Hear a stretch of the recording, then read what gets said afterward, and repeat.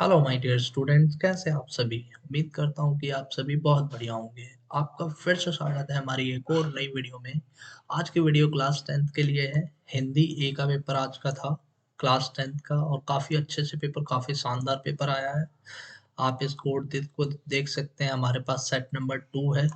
आप भी अपने पेपर से इसका मिलान कर लीजिएगा, और हमारे चैनल पर नए हैं तो चैनल को सब्सक्राइब जरूर कर लीजिएगा, बेल आइकन को प्रेस कर लीजिएगा। फटाफट से देख लेते हैं कौन कौन से क्वेश्चन एग्जाम में आज आए हैं। जैसा कि फर्स्ट क्वेश्चन आपको दिख रहा है कि ये काव्यांश, पूरा का पूरा काव्यांश आया है, और इस काव्यांश को पढ़ने के बाद आपके कुछ प्रश्न बने हैं और इन प्रश्नों के उत्तर आपको देने थे। तो मैं फटाफट से आपको उत्तर बता देता हूँ। जैसे कि पहले प्रश्न का उत्तर था आपका option number A. Option number A, अपने भीतर उठे अंतर्द्वंद से लड़ना, ये इसका उत्तर है। सेकंड प्रश्न जो है, जो नत हुआ वह मृत हुआ क्यों कहा गया है, तो इसका जो उत्तर है वो है option number C. Option number C, कि झुकने वाला जो है मृतक के समान है। ऑप्शन नंबर सी इसका राइट आंसर हो जाएगा। थर्ड प्रश्न की तरफ चलते हैं। थर्ड प्रश्न में कहा गया कि काव्यांश का संदेश है, काव्यांश का क्या संदेश है, तो इसका राइट आंसर है ऑप्शन नंबर सी, कि कैसी भी परिस्थिति हो उससे हार ना मानने की। कविता का यही आदेश है, यही संदेश है। क्वेश्चन नंबर फोर्थ की बात करें तो क्वेश्चन नंबर फोर्थ में क्या रखा है, कांटे और कलियां किसके प्रतीक है। तो कांटे और कलियां जो है दुख और सुख के हैं, दुख और सुख। ऑप्शन नंबर 20 का राइट आंसर हो जाएगा। कांटे का मतलब दुख है और कलियां का मतलब सुख है। पांचवें प्रश्न की तरफ चले तो पांचवें प्रश्न में आपका कथन और कारण दे रखा था। कथन क्या रखा था, मानव मात्र का जीवन संघर्षपूर्ण है। ये बात सही है पर पूरी तरीके से सही नहीं है। कारण में दे रखा है कि मानव मात्र को अपने जीवन की सम विषम हर तरह की परिस्थितियों का डटकर सामना करना चाहिए। तो ये बात तो एकदम सही है कि हमें हर तरह की परिस्थितियों का सामना करना चाहिए। तो इसका राइट आंसर हो जाएगा ऑप्शन नंबर ए, कि कथन गलत है पर कारण एकदम सही है। अगले प्रश्न की तरफ चलते हैं। प्रश्न संख्या 2। संख्या 2 जो है वो भी पूरा पैराग्राफ वाला प्रश्न था, और इस पैराग्राफ वाले प्रश्न की बात करें तो इसका जो उत्तर है, पैराग्राफ काफी अच्छा प्रश्न आया था। और इस पे जो पहला प्रश्न है वो है, किसी भी देश के आधारभूत विकास के लिए क्या आवश्यक है।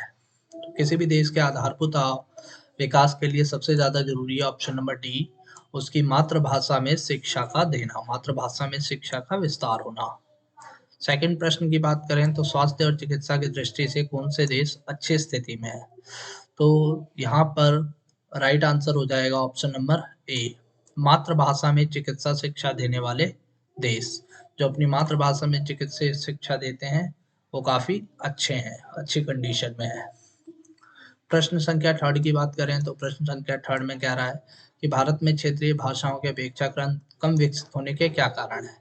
इसका राइट आंसर है ऑप्शन नंबर सी, उपयुक्त प्रयासों का अभाव। कई सारे प्रयास जो होने चाहिए वो नहीं हो रहे हैं हमारे भारत में, इसीलिए जो हमारी क्षेत्रीय भाषाएं हैं उनका विकास नहीं हो पाया है। प्रश्न संख्या चौथे की बात करें तो इसमें कहा गया कि मातृभाषा में शिक्षा प्राप्त करना आसान होता है। इस कथन के पक्ष में निम्नलिखित में से कौन सा कथन सही है। तो हमें यहाँ पर चार कथन दे रखे हैं। मातृभाषा में प्राप्त ज्ञान को समझना सरल है, मातृभाषा में प्राप्त ज्ञान को समझना जटिल है, ये बात एकदम गलत है। मातृभाषा अन्य भाषाओं से सरल स्वरूप होती है, ये भी गलत है। मातृभाषा दूसरी भाषाओं में कोई अंतर नहीं, ये भी बात गलत है। तो सिर्फ एक ही सही है, फर्स्ट। तो हमारा ऑप्शन नंबर ए इसका राइट आंसर हो जाएगा। विकल्प एक एक सही है। अगले प्रश्न की तरफ चलें तो अगले प्रश्न में कथन और कारण वाला प्रश्न आ गया है। कथन और कारण यहाँ पर दे रखा है। कथन, भारत में शिक्षा के माध्यम में बदलाव वर्तमान की आवश्यकता, ये बात एकदम सही है। शिक्षा के कारण, शिक्षा के माध्यम के प्रति दृष्टिकोण समाज में क्रांतिकारी परिवर्तन लाया जा सकता है, कारण उतना सही नहीं है और ना ही इसकी व्याख्या करता है। दोनों ही बातें सही हैं, तो इसका राइट आंसर हो जाएगा ऑप्शन नंबर डी, कथन सही है किंतु कारण नहीं, कारण की सही व्याख्या नहीं हो रही है। प्रश्न संख्या थर्ड की बात करें तो प्रश्न संख्या थर्ड में यहाँ पर 5 प्रश्न दे रखे हैं। जिसमें से फर्स्ट प्रश्न है कि यद्यपि जीप कस्बे से आगे बढ़ गई परंतु हलदार हालदार शाह मूर्ति के बारे में सोचते रहे।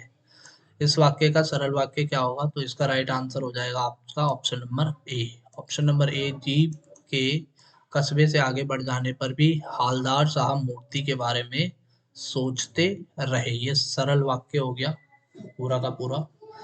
सेकंड प्रश्न में लिखा है कि वे स्वयं पढ़ना लिखना ना जानते हुए भी दूसरों में दोष निकाला करते हैं। इस वाक्य का संयुक्त वाक्य क्या होगा?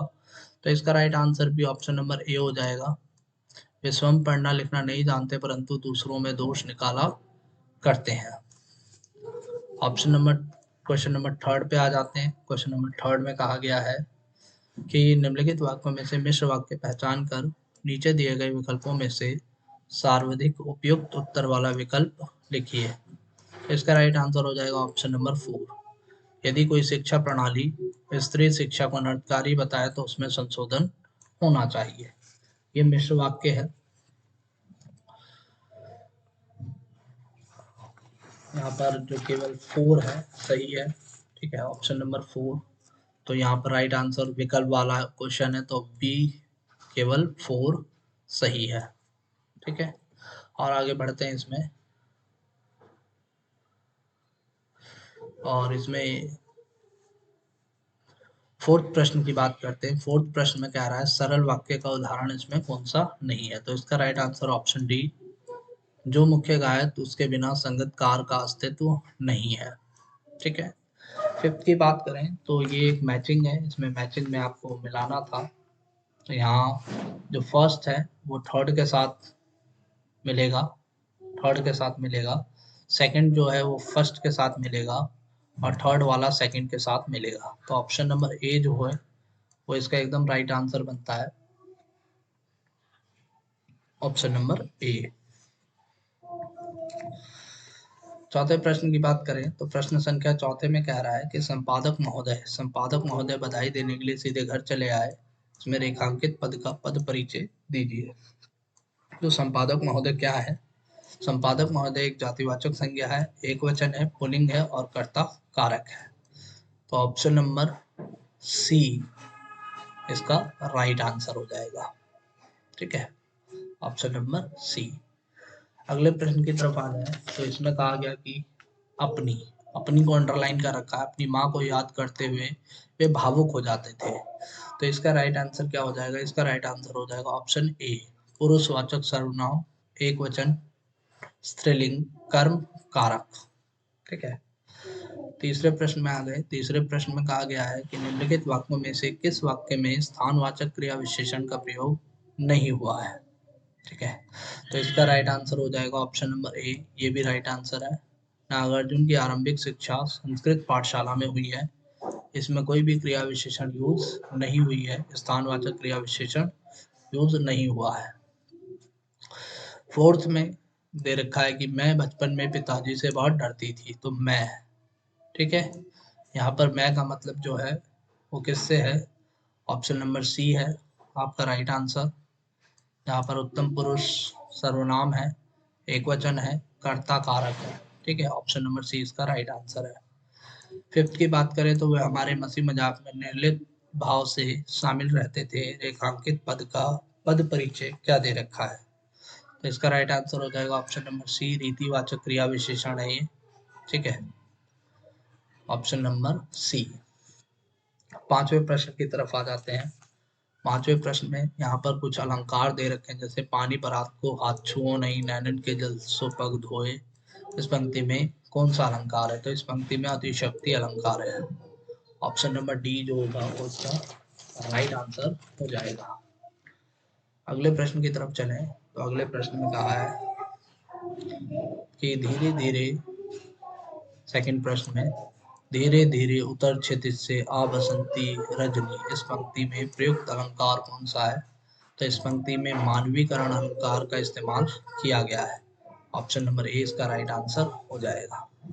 ठीक है, थर्ड प्रश्न, विद्या धन उद्यम बिना जाहू जो पावे कौन, बिना डुलाए न मिले जो पंखा की पौन। तो इसमें उत्प्रेक्षा अलंकार का प्रयोग किया गया है। Option number D right answer इसका हो जाएगा। प्रश्न संख्या 4 की बात करें तो प्रश्न संख्या 4 जो है, मृदु मिट्टी के हैं बने हुए मधु घट फूटा ही करते हैं। इसमें कौन सा अलंकार है? इसमें कौन सा अलंकार है? इसमें श्लेष अलंकार है। ऑप्शन नंबर बी इसका राइट आंसर हो जाएगा, श्लेष अलंकार। पांचवें प्रश्न की बात करें तो पांचवें प्रश्न में कह रहा है कि निम्नलिखित काव्य पंक्तियों में से कौन सी पंक्ति अतिशयोक्ति अलंकार का उदाहरण है? तो ऑप्शन नंबर सी, अतिशयोक्ति अलंकार, वे दौड़ रहा हरि मस्तिष्क पर, वे आसमान का घोड़ा था, है ना। तो ये अतिशयोक्ति अलंकार का उदाहरण है। प्रश्न संख्या 6 पर आ गया। प्रश्न संख्या 6 में कह रहा है कि वाच्य पर आधारित ये बहुविकल्पी प्रश्न है। 4 प्रश्नों के सही उत्तर वाले विकल्प चुनकर लिखिए। फर्स्ट प्रश्न, लेखक ने अपनी तर्कों से उनकी दलीलों का खंडन किया। तो यहाँ पर जो है कर्मवाच्य है, ऑप्शन नंबर ए इसका राइट आंसर हो जाएगा। सेकंड प्रश्न की बात करें तो सेकंड प्रश्न में क्या कहा गया है? संगीतकार द्वारा मुख्य गायक का उत्साह बढ़ाया गया है। प्रस्तुत वाक्य का वाच्य पहचानिए। तो इसमें है भाववाच्य, ठीक है, ऑप्शन नंबर डी भाववाच्य।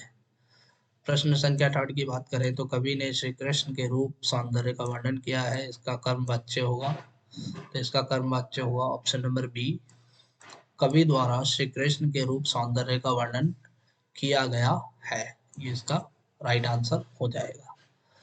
फोर्थ प्रश्न की बात करें तो फोर्थ प्रश्न में कह रहा है कि निम्नलिखित वाक्यों में भाववाच्य का उदाहरण दीजिए। तो भाववाच्य, प्रधानाचार्य द्वारा निर्देश जारी किया गया, ये भाववाच्य नहीं है। उसकी दादी से खड़ा नहीं रहा जाता, ये भाववाच्य है। सज्जन अपनों से बड़ों की सेवा करते हैं, ये भाववाच्य नहीं है, सरल वाक्य।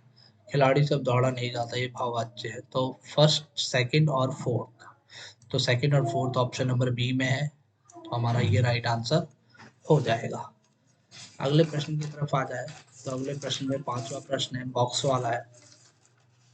घायल पक्षी से उड़ा नहीं जा सका। तो घायल पक्षी से उड़ा नहीं जा सका, तो ये तो भाववाच्य है। कभी बादल में क्रांति का स्वर सुनता है, तो ये जो है ये तो कर्तवाच्य है ना। और उससे वे गीत नहीं गाया गया, यानी गीत नहीं गाया जा सका, तो कर्मवाच्य हो गया। तो इसका राइट आंसर हो जाएगा option number C. Option number C, first का थर्ड, सेकंड का फर्स्ट और थर्ड का सेकंड, ये इसका राइट आंसर हो जाएगा। सातवां प्रश्न पूरा का पूरा पैराग्राफ पर आधारित है और इस पैराग्राफ में हमसे कुछ प्रश्न दिए गए हैं। इस प्रश्न को हम देखेंगे। जैसे फर्स्ट प्रश्न है, बंद करो अब इस मन्नू को घर से निकालना गद्यांश में निर्देश दिया गया है। तो यहाँ पर किसे निर्देश, गद्यांश में निर्देश किसे दिया गया है? तो ये दिया गया है मन्नू के पिताजी को, उसके मित्र के द्वारा, ठीक है। तो ऑप्शन नंबर सी इसका राइट आंसर हो जाएगा। सेकंड प्रश्न की बात करें तो पिताजी के भड़कने का क्या कारण था? तो पिताजी के भड़कने का कारण था ऑप्शन नंबर सी, पिताजी के मित्र द्वारा मन्नू की शिकायत कर दी गई थी। उपयुक्त गद्यांश की भाषा कौन सी है? प्रश्न संख्या थर्ड, तो इसकी भाषा जो है वो कैसी है? मुहावरेदार भाषा है, मुहावरेदार भाषा का प्रयोग किया गया है। फोर्थ प्रश्न की बात करें तो हड़ताल का आयोजन क्यों किया जा रहा था? तो option number A, Azad Hind फौज के खिलाफ मुकदमे के विरोध में हड़ताल का आयोजन किया जा रहा था, ठीक है। पांचवा प्रश्न, पूरा छात्र वर्ग चौपड़ पर क्यों एकत्रित हुआ था? ऑप्शन नंबर ए, आयोजित हड़ताल के समर्थन के लिए एकत्रित हुआ था, ठीक है। आठवें प्रश्न की बात करें तो आठवें प्रश्न में कुछ प्रश्न दिए गए, जैसे बिस्मिल्लाह खां काशी छोड़कर क्यों नहीं जाना चाहते थे? अनुपयुक्त विकल्प का चयन कीजिए, अनुपयुक्त विकल्प का चयन, ठीक है। उनकी जन्मभूमि और कर्मभूमि होने के कारण उन्हें काशी से विशेष लगाव था। अपने पुरखों के सम्मान में वो काशी के बालाजी से जुड़े रहना चाहते थे। काशी से दूर जाने पर उन्हें स्वयं पर विश्वास कम प्रतीत होने लगता था।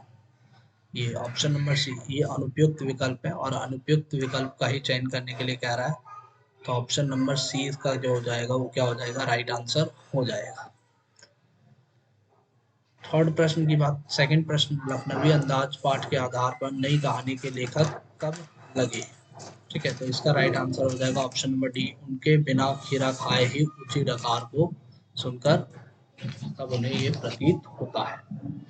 9वें प्रश्न में आ गए। 9वां प्रश्न भी काफी अनोखा है और ये राम लक्ष्मण और परशुराम जी के बीच में जो संवाद वाला चैप्टर है आपका, चैप्टर सेकंड, उससे रिलेटेड है।